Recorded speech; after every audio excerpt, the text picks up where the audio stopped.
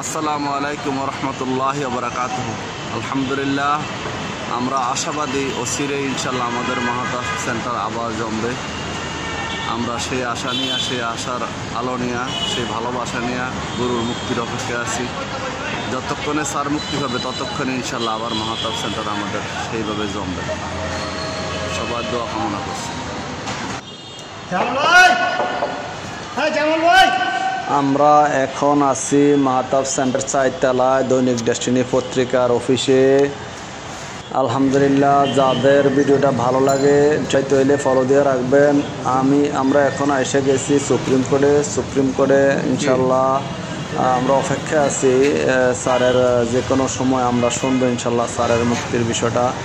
লাকসাম থেকে বাবু ভাই আছে, কুমিল্লা ফারুক ভাই আছে, তারপরে অনেকে আছে, আল মামুন আছে এখানে, রোকন ভাই আছে এখানে, আরও অনেকের আপনারা চিনেন। ডেস্টিনির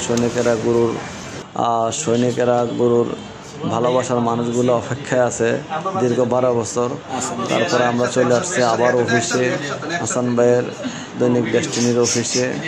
হাসান ভাই বসা আছে এখানে। আমাদের অফিস এটা, হাসান ভাইয়ের অফিস এটা, সবাই অফিস এটা। আলহামদুলিল্লাহ, এটা দৈনিক ডেস্টিনির অফিস, মানে 45 লক্ষ ফ্যামিলির ভালোবাসার অফিস। ফারুক ভাই, বাবু ভাই এখানে আছে, আরও আছে অনেকে। তো আমি অনুরোধ করব, যারা ডেস্টিনি নিউজ পাইতেন চান, সঠিক নিউজ পাইতে চান, তাহলে আমার এই আইডিটা ফলো বাটনটা দিয়ে দিন। ফলো বাটনটা টিপে দিলে ইনশাল্লাহ সমস্ত নিউজগুলো আপনাদের কাছে চলে যাব। আপনাদের দোয়া এবং সহযোগিতা চাই। অচিরে ইনশাল্লাহ স্যার মুক্তি হবে সেই আশাবাদ রাখি। সবাই দোয়া করবেন। আল্লাহ